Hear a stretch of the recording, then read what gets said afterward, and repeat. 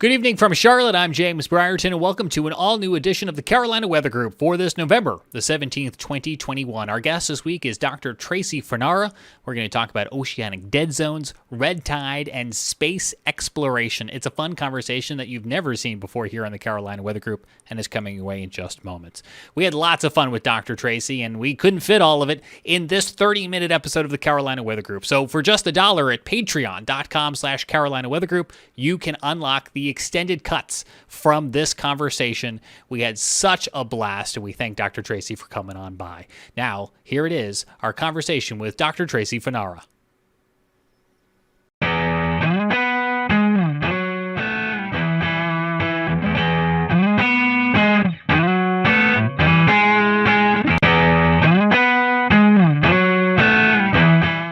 Hello, everyone. Welcome to the Carolina Weather Group. We're happy to have you this evening, and we are happy to have back Miss Tracy Fanara, Dr. Tracy Fanara.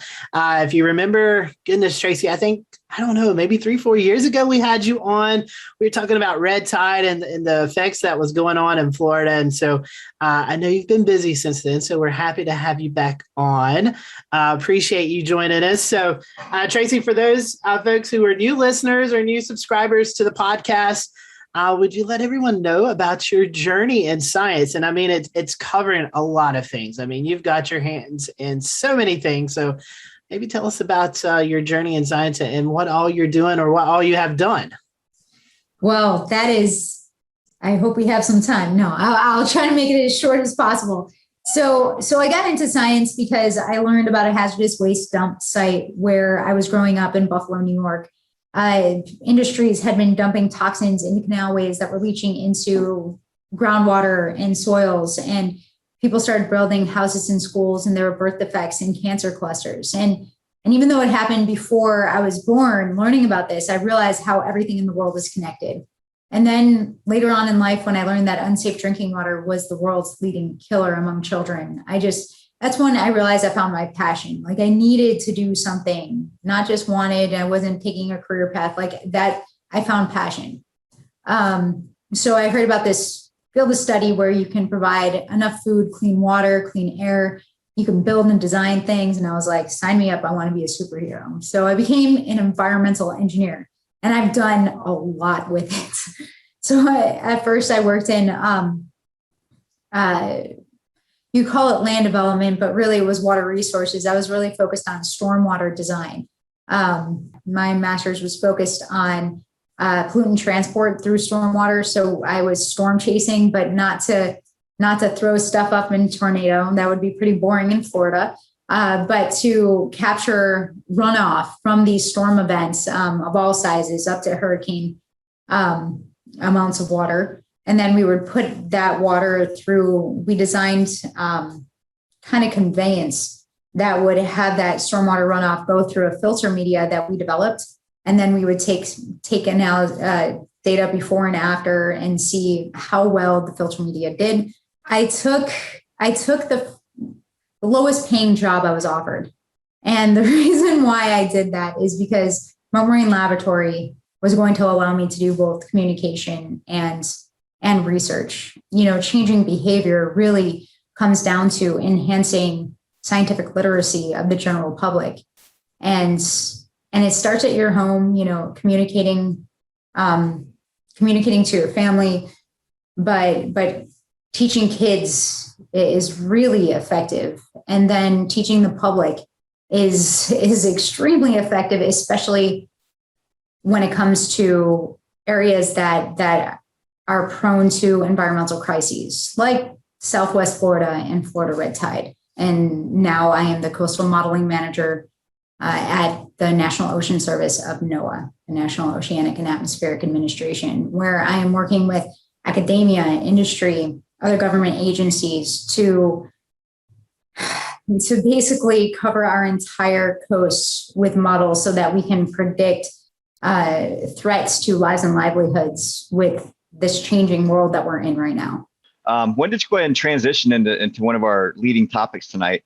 And that's going to be the dead zone. So, we look at 2021, we look at how we identify the dead zone, what is it? And, how are they created? So let's start with that. I think that's a good topic to dive right into. Yeah. So there's two examples that I always talk about how everything in the world is connected.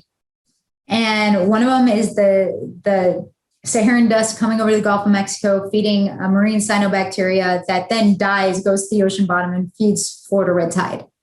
The second one is the Gulf of Mexico dead zone. 40% of the US, part or all of 32 states drain to the Mississippi Atchafalaya watershed. That water comes out to the Gulf of Mexico.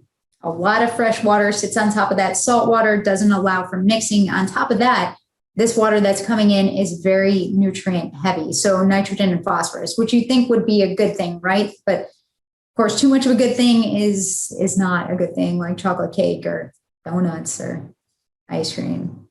But I don't know. Those sound pretty good. Talk about your all-time tangents. Right. Right. So all that nutrients comes into the Gulf of Mexico and allows for algae blooms to form. They grow like crazy with all of that food. And when they die, that process uptakes oxygen in the process. So not only do you not have that mixing, now these algae blooms dying and decaying is further uptaking that oxygen. So we have low to no oxygen throughout the water column. And this dead zone is the second largest in the world. And this year it's predicted to be, I think it was around 6,000 square miles, something like that.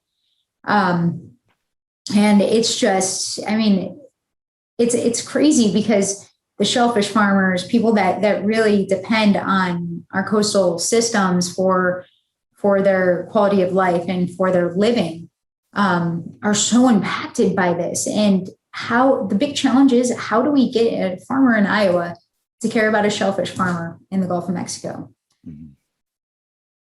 Yeah. And I know Frank's going to probably dive into some more details about red tide in general. In general, how would a tropical season feed into a more active dead zone period? When you have tropical systems or a lot of rainfall, you have a lot more runoff, and a lot more runoff means a lot more nutrients. And that coming into the Gulf of Mexico could mean a worse dead zone.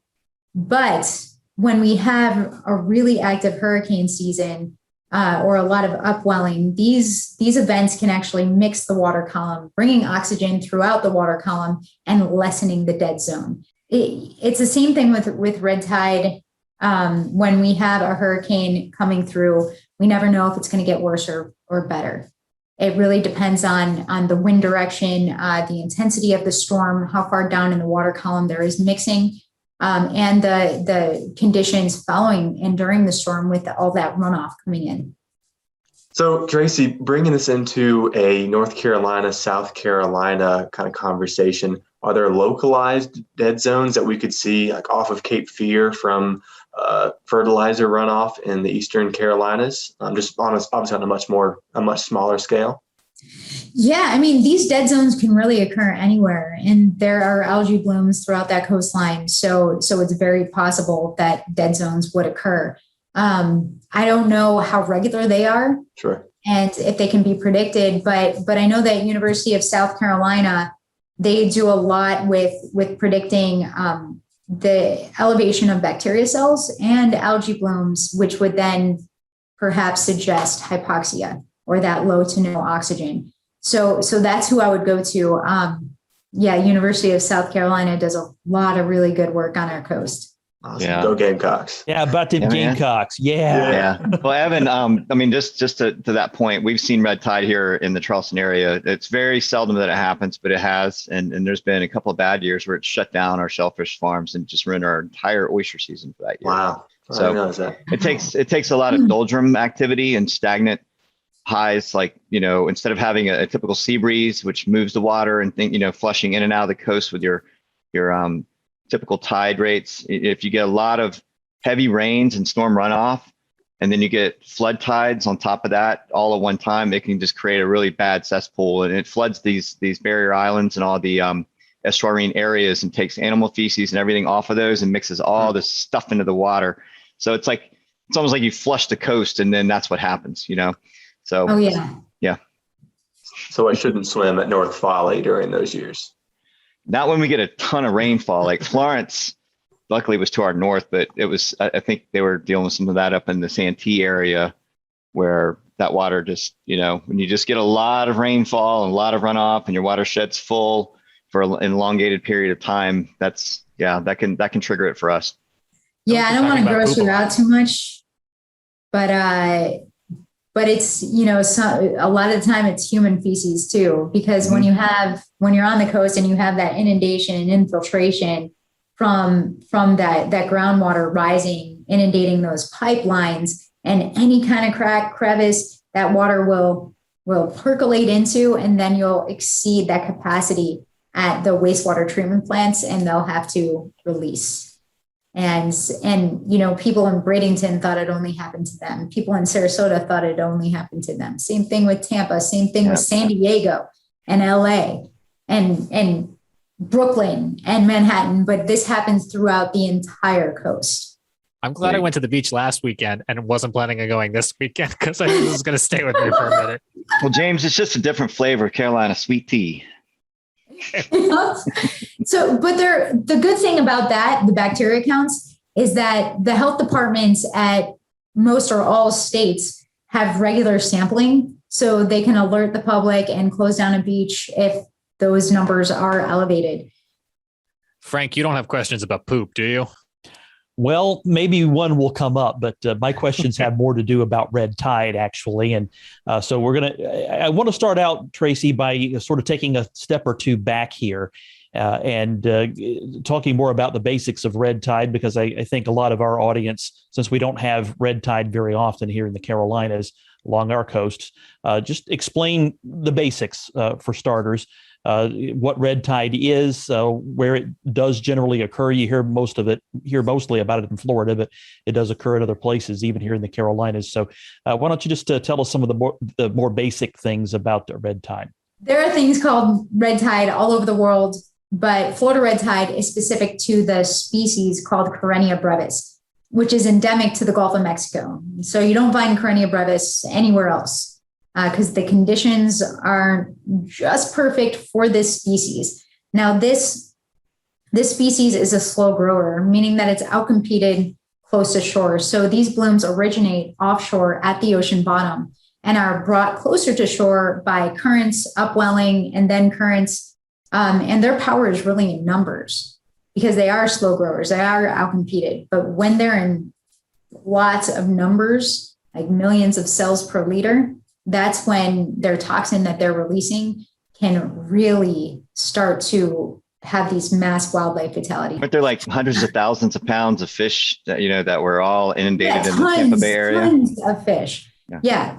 So these blooms are capable of mass wildlife fatalities, and not just fish, everything, manatees, dolphins, sea turtles, sharks, and they affect them in different pathways. So the toxin affects us by blocking off our sodium channels, causing us to cough. Same thing happens with fish. Basically, they suffocate, and sharks are fish. So that's how they're impacted too. These blooms are mostly between Tampa and down to Naples, but anywhere in the Gulf Coast can experience these blooms. Now, because of the Florida Loop Current and the Gulf Stream, these blooms have been carried up the East Coast, I think around 9 times so far throughout history. One time getting all the way up to Delaware, which is pretty crazy to think about. And what causes these blooms to occur? What causes it to progress? And then what makes it go away? That's a great question. I'm so glad you asked that. So these blooms, as far as we know, have been happening for hundreds of years. There was anecdotal evidence of these blooms in the 1500s by Spanish explorers that talked about shellfish poisoning and red waters. But we do get a bloom every single year. It's just that some years we have higher intensity, and that loop current has something to do with it, but also weather events. Now, when these blooms get close to shore, that's when they can use surface water nutrients to prolong these blooms and to intensify. And the thing is with Florida red tide, because there aren't picky eaters, when they start growing in numbers and they start these fish kills, they can actually feed themselves on the dying and decaying fish and on the dying and decaying Karenia brevis, cyanobacteria, or whatever else is there. Sort of a feedback loop there. Yes. Yes, they are. They do not have a brain, and yet they are so clever. Okay. And finally, since we are the Carolina Weather Group, I want to ask you how weather affects the red tide. Do we know of any particular weather conditions that can result in a bloom or can end a bloom of a red tide? And you've already mentioned this a little bit, but I'll ask anyway. Tropical cyclones, hurricanes, what kind of impact do they have on either an ongoing bloom or when one isn't around, can it generate one? Weather events, like hurricanes, have throughout history initiated blooms and have terminated blooms. And then all that rainfall on our land, bringing that stormwater with high nutrients into our coastal waters, can exacerbate an existing bloom. So weather does play a huge role. All right, that's all the red tide questions I have for you. So it's time for me to pass you on to Evan, who is going to ask some questions about STEM and communication here. That's probably the fun part of this for you. So Evan, take it away. Sure. Yeah. So continuing the fun conversation, you're also really good with some of the younger crowd, my age and getting down into some kids. You have some science raps, which is super cool. Polar Ice Baby. I was just watching that one before the show. As well as you're a character in Seekers of Science. Am I getting that right? The comic series? Yeah. That's super fun. How did that come about? And can you give us a little bit more information on them? Yeah. So Polar Ice Baby was a multi-year thing where I was just like writing it down, and it was just something fun during car rides that I would do. And then I was like, you know what? Let's just make a music video. Hi, I'm Evan. I was like totally in here. All right, stop. Your bubble date and listen. Trey is back on a brand new mission. Something that's debated tightly. Some say it's not real, others say it might be. And that's what we did. And I have my second one written and the music video recorded, but I haven't recorded the song yet, as crazy as that sounds. But the comic, that happened because after I was on Mythbusters, Marvel had me in their Unstoppable Wasp. They featured me in Unstoppable Wasp, me and my friend from Mythbusters. And a comic writer contacted us and asked us if we wanted to make our own comic.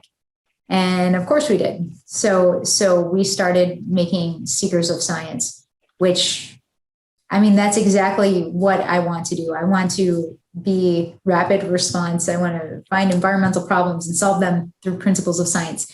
And, in real life, it's a lot harder than that.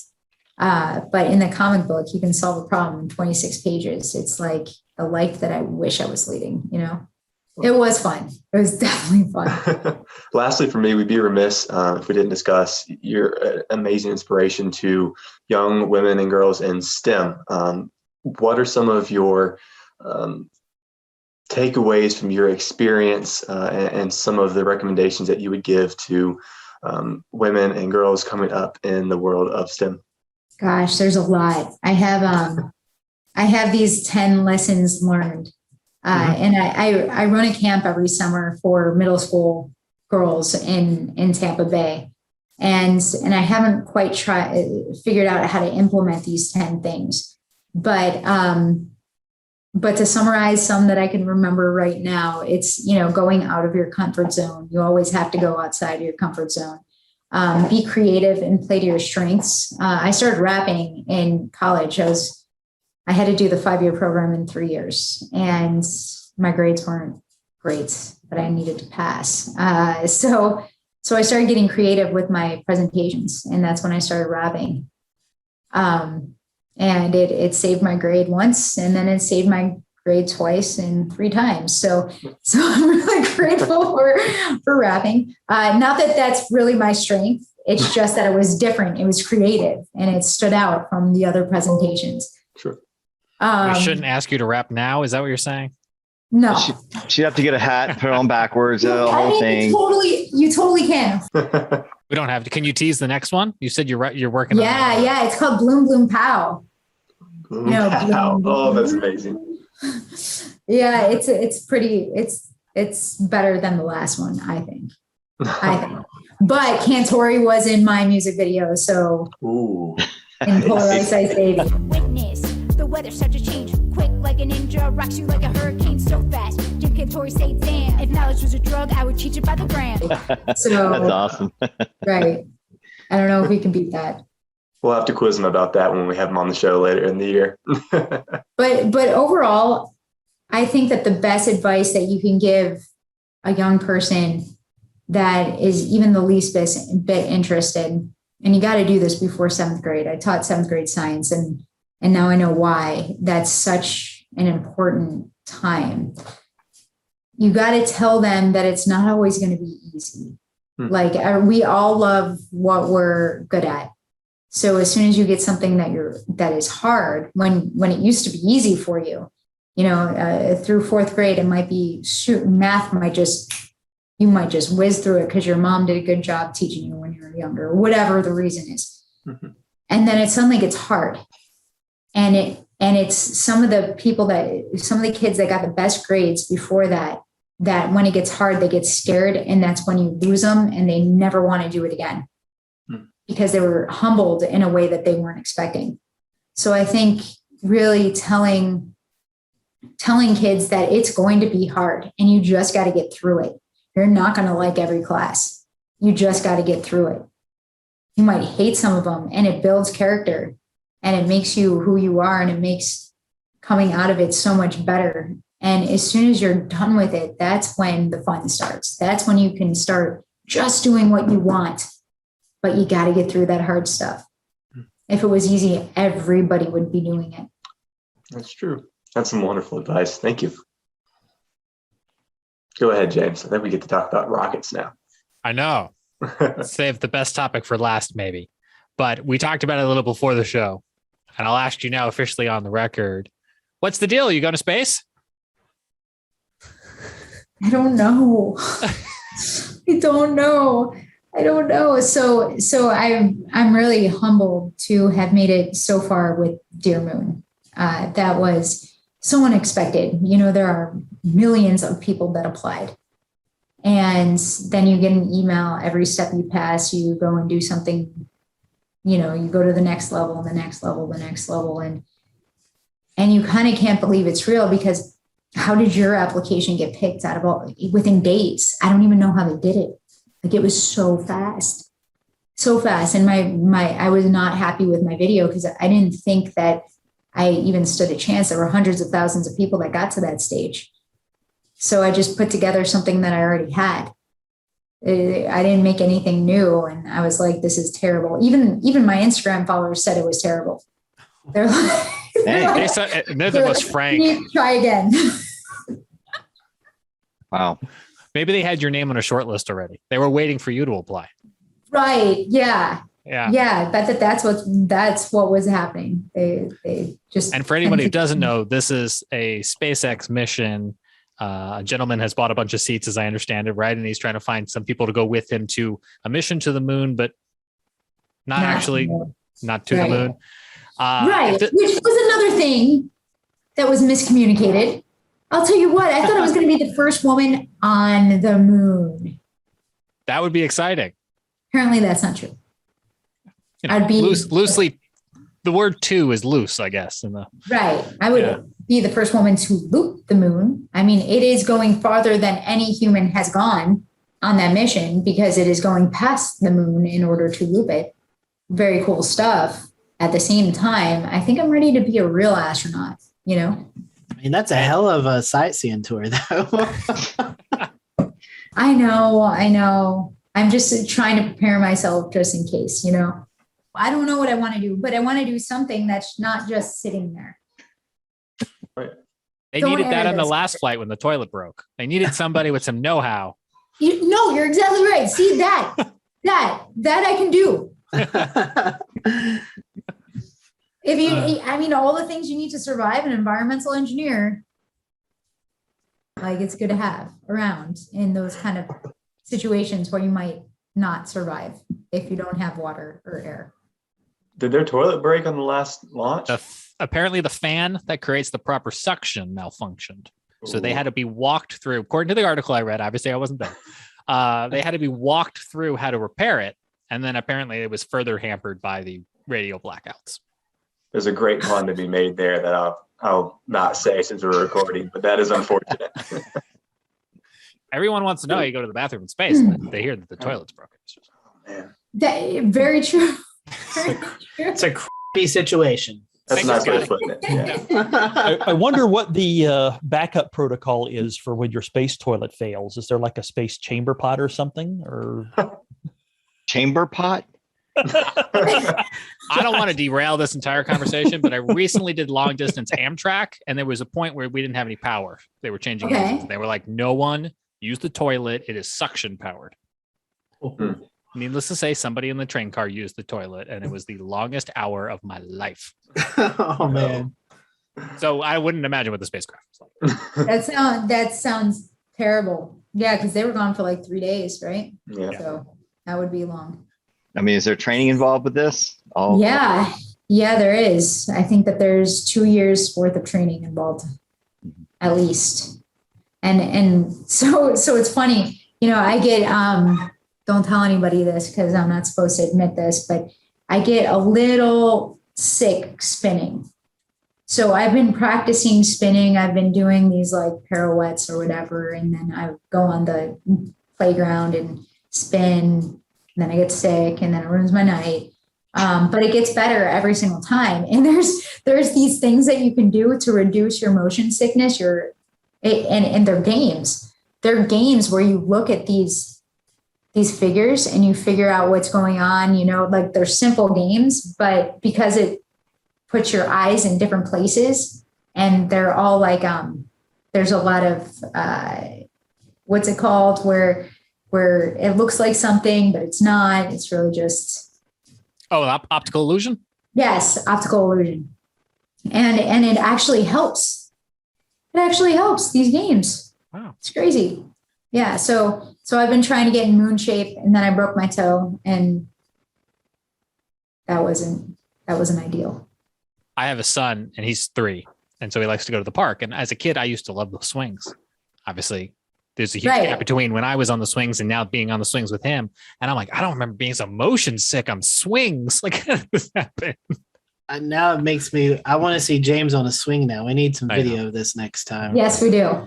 Because for those who don't know, James is very tall. So the legs, they got to be dragging, right? It's a big leg workout to have to hold my legs up, especially when, anyway, that's neither here or there. Before the show, you mentioned that NASA was taking applicants for a Mars simulation. So I did some Googling on this. Did you apply to this simulation? Yes, I did. How would this work? It's a great question, because when I went into it, I'm like, oh, this is going to be awesome. I can just do Instagram stories all day. I can take podcasts all day. It'd be so much fun. I get a break, right? No, it's like, it is. I mean, you live on a farm with no store. Like, really think about that.